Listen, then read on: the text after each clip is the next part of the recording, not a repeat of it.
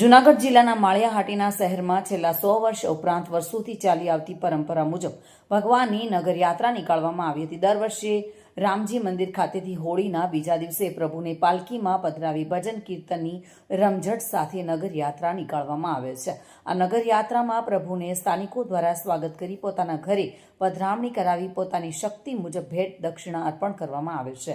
આજે આ નગરયાત્રા શહેરના જુદા જુદા વિસ્તારોમાં ભજન કીર્તનની રમઝટ સાથે અનેરા ભક્તિમય માહોલમાં ફરી હતી।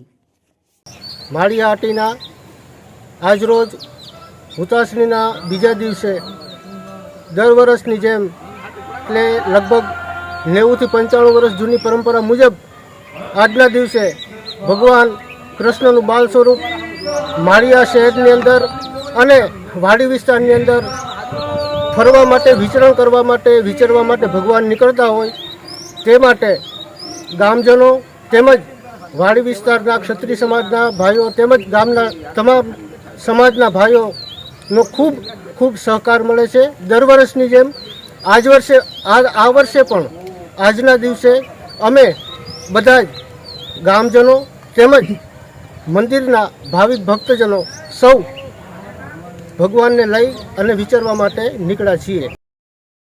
પ્રતાપ સિસોદિયા સાથે bureau report, today Gujarati news.